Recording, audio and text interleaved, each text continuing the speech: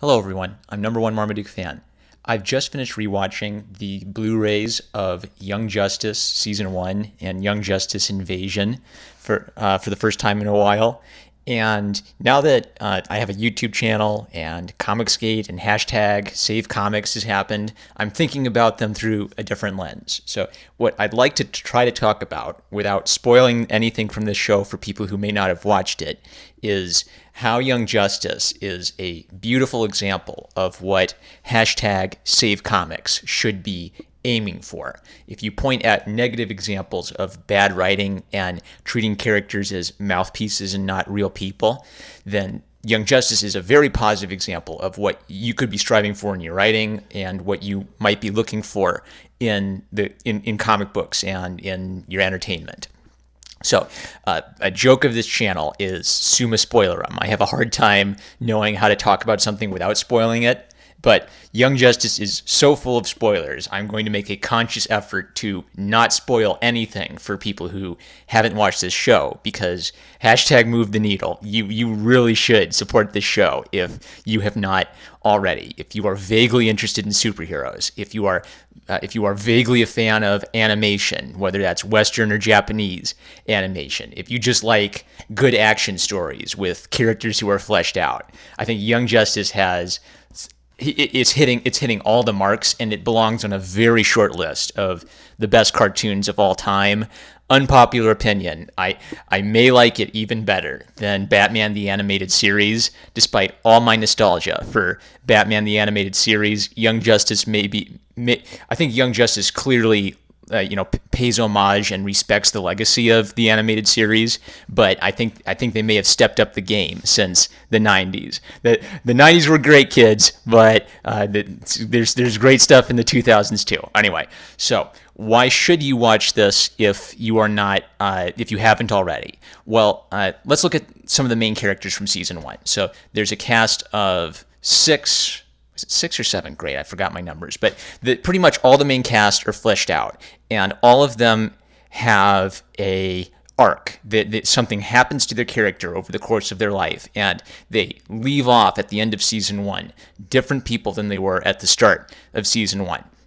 And I think all of them do this, but I'll just use Calderon or Aqualad as my example, because when I first started watching this for the first time, I think I only started watching it because it had been canceled, and the creators were saying, if you want season 3 to return, then you need to buy the comics, buy the Blu-rays, watch it on Netflix to support this show. And I had always been casually interested in it, but I hadn't bought anything from it yet. And as soon as I heard that it was going to be canceled, I thought, well, okay, I'll take this opportunity to financially support it. And this version of Aqualad, Calderon, was my first introduction to the character. And of course, I'm a little skeptical at first, because my familiarity with Aqualad is the Golden Age of comics version of Aqualad, and it looks like he's been race swapped. So I'm thinking, oh, did they change the character to try to make the team more diverse? But Calderon is a different character than the Golden Age Aqualad, and because the creators actually care about telling a story and treating their characters as human beings, Calderon is one of the greatest superhero characters I've ever seen, at least the Young Justice version of him. And he is consistently good throughout both seasons. I can't spoil the big events that happened in his life that changed the course of his life. But what I'll say is he's a character who at first comes off kind of stiff and, no nonsense and very serious. And so you'd think, well, gee, what makes him tick? Does he have any flaws? Is he just sort of a dull, calm guy? But what makes him interesting to me is his sense of purpose and his sense of inadequacy. He has to rise to the occasion out of necessity, because he's the most mature and the most serious person on the team. But he never is an egghead about it. He's not someone who feels entitled to the position of leadership on the team. He's someone who takes command because it's his duty and because he's the best man for the job. And at multiple points in season 1 and season 2, they build on this idea of Calderon being a young man with a deep sense of purpose and who needs to require a lot of himself. He has to sacrifice a lot. He has to take a lot of weight onto his shoulders to be the best leader he can. And this inspires I think this inspires Dick Grayson to rise to that level of leadership and command. And that's all I'll say, because I don't want to spoil this show for people who haven't seen it. So, Summa Spoilerum, this is your spoiler warning. If you have not watched this show, you have my highest recommendation. Go watch this show, and you are going to want to watch it with fresh eyes, because there's tons of great stuff that's built throughout it that will surprise you. It's one of those shows that's fun to watch a second time and look for all the secret clues and things. I love spoilers, but you do not want some of these things spoiled. Go watch Young Justice. Okay, having said that, full spoiler warning. Now I'm going to take off my filter and say anything. I'm going to assume that you've watched Young Justice. Good job, guys. You went and watched all of both seasons, and now you're back here. Okay, so Calderon.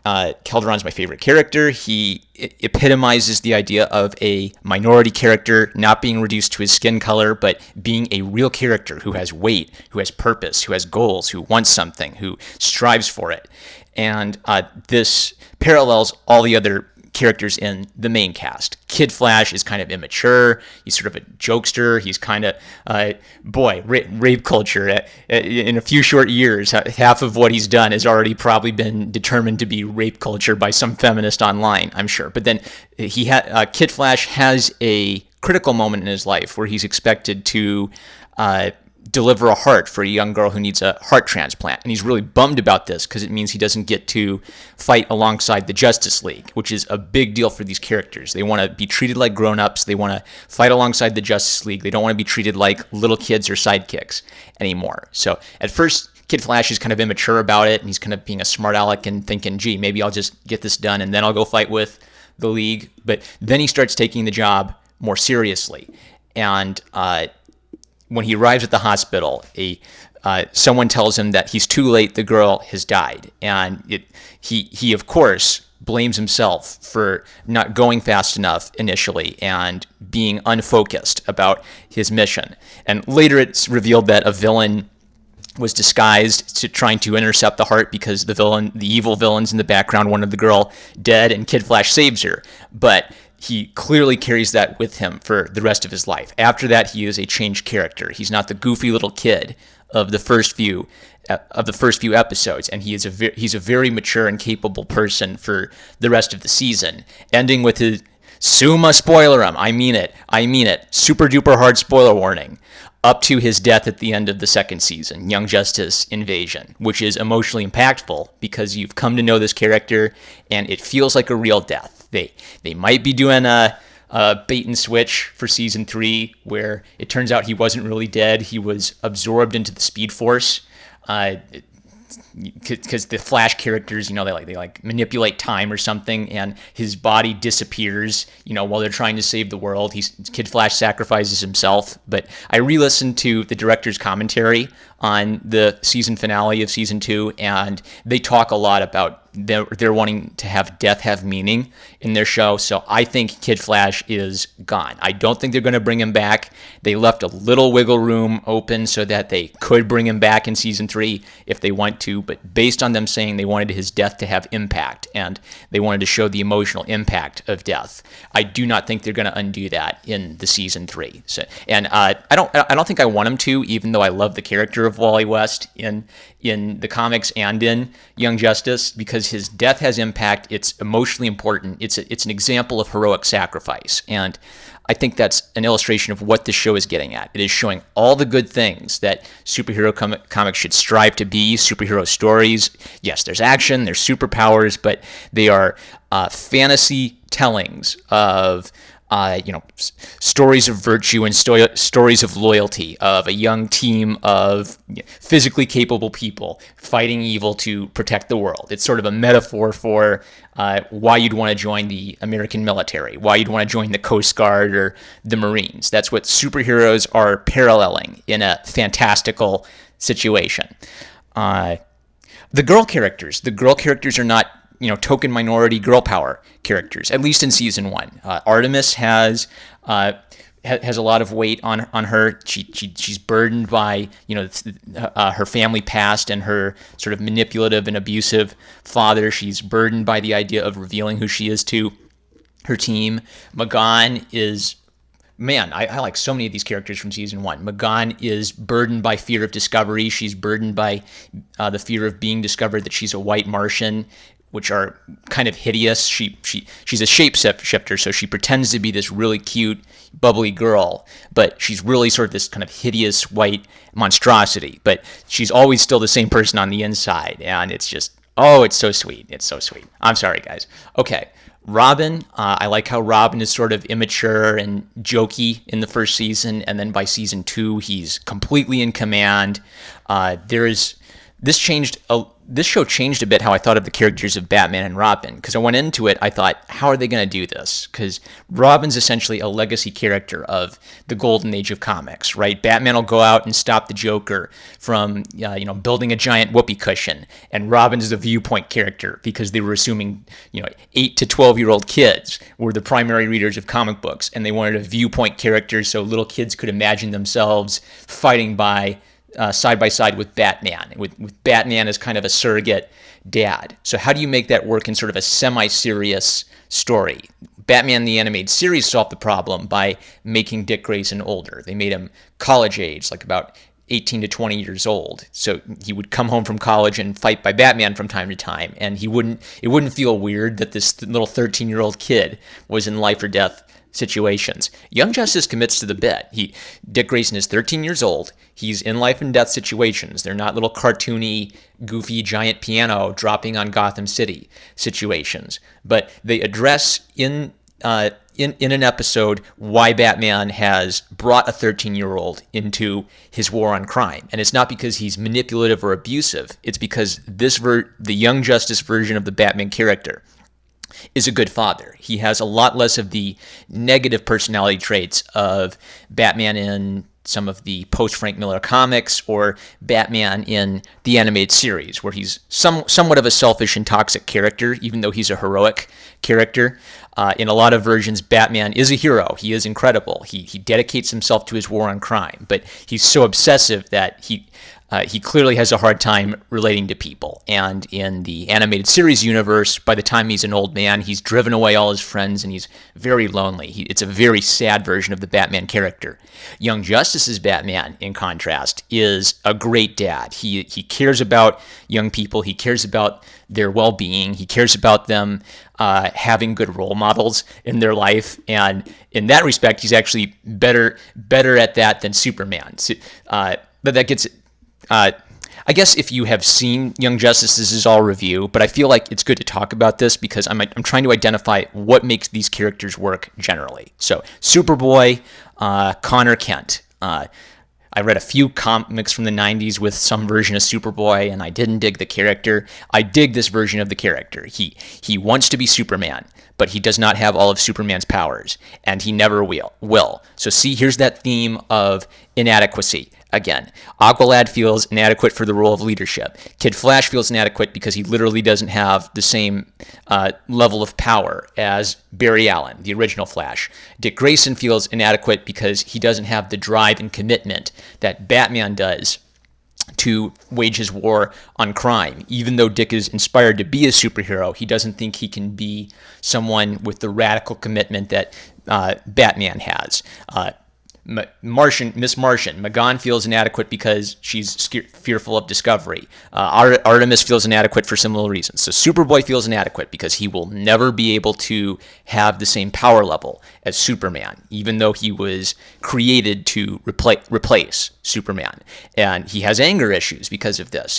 He's had his life robbed from him by the evil scientists who created him. You'd think this would be a character with a lot of reason to, whine about how sorry he is for himself and how the world has screwed him over. But he deals with it, and he starts using his gifts to give back to the world.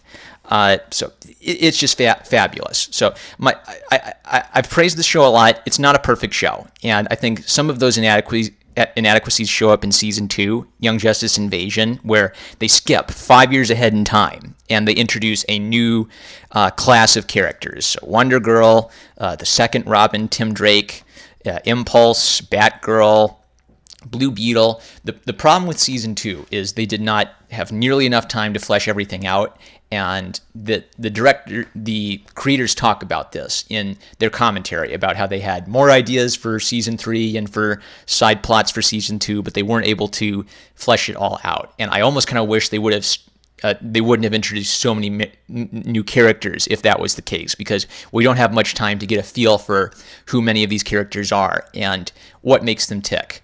I think maybe with the exception of Blue Beetle, you do get a chance to get a feel for who Blue Beetle is, Jaime Reyes. You see that he's kind of a hothead, but he cares about his friends. You see that him become the center of the entire alien invasion and the plot to take over the world. You see him under mind control, and you see him shake off that mind control and get back to himself. It's great. This Young Justice invasion is the reason I went and bought a whole bunch of Blue Beetle comics this year, because this has introduced me to the character in a positive way. It's shown me that Jaime Reyes isn't just some, let's be woke, let's have lots of diverse characters because that'll make us so cool. They're telling stories with characters who have personality and who have meaningful things happen to them. And if you do that, then I will be interested in the character of Jaime Reyes. I will want to go read his comic books. So that's one problem I have with season 2, but it is still pretty good. And one reason why is your favorite characters from season 1 are still there, and they carry the most weight. And they build on things from season 1, like Calderon was the leader of season 1. That was his struggle. He had to become the leader of the team. When Dick Grayson becomes the new leader of the team, then the stakes have to go up. So what does Calderon do now that he's not the leader of the team anymore? Well, now Calderon has to struggle with the death of a loved one and the realization that his father is evil. His father is Black Manta. And Calderon goes undercover. He joins his father and seems to be working for the bad guys, but secretly the whole time he's working with Robin to pass along information about the evil society of villains. And by the end, you see this very triumphant moment for the character. Diversity in Comics will say in every comic book the main character should look awesome at least once. It is the final 2 episodes of Young Justice Invasion wrap up everything from the first 2 seasons with a nice bow, and they give Calderon this incredible moment that's the end of his story. I think it's Vandal Savage, this immortal, evil, maniacal dictator. When he sees what Calderon has done and how he's foiled their plans, he says, he's done more to destroy my plans than any living being in the past 50,000 years. And it's true. Calderon has effectively single-handedly destroyed all the evil plans the light had to take over the world. And that's another thing. Oops, I forgot. Sorry, guys. That's the point of these tangent videos, is I can say everything. The evil group of bad guys actually have a plan that makes sense. It's not overly complicated. It doesn't involve, a billion steps that could go wrong. Their plan is pretty much they want war and chaos because they believe that war and chaos will force the human race to evolve. And if the human race can evolve, then they believe that Earth can become the dominant power in the galaxy. So the Light has sort of this perverse survival of the fittest worldview, and their plan isn't to manipulate 1,000 chess pieces to take over the world. Their plan is pretty much to simply cause chaos and acquire technology and weapons so that they will be the ones at the top. So it's not that complicated. They don't need to get the president to stand in such and such place and then have him trip and fall down the stairs for their plans to work.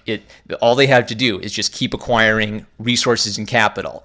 And then when you look back on the first episodes, knowing what their plan is, things still make sense. It's not like every little chess piece is part of a grand scheme.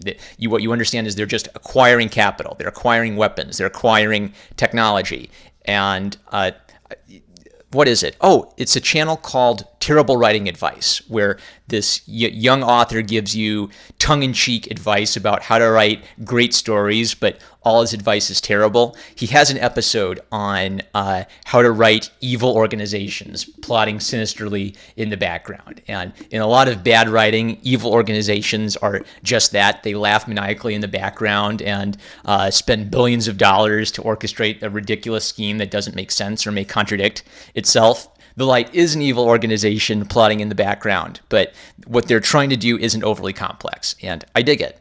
I believe that season 3 is coming. The comic books are good. I read and gave away the comic books for Young Justice before I started this channel, but I may buy them again so I can do some move the needle on the comic books, because if you like this show, there's a good chance you haven't read the comic books, and the comic books really flesh out some of the gaps from the show. They feel like episodes of this show, and because I think it's a good show, that means I also really dig the comic books. So I will do some move the needle stuff on the Young Justice tie-in comics, and I just encourage you, this was a popular show and this had a really committed fan base, so I just encourage you, if you haven't watched for a year or two, go take a look at it again and think about it from a writing perspective. So I talked a lot. I didn't think I was going to talk a lot, but I tried to leave out being thorough and talking about every little detail I like or hate, because I just wanted a general introduction to why this show is a good example of treating your characters seriously and of the appeal of superhero stories in general. That's the point, so I won't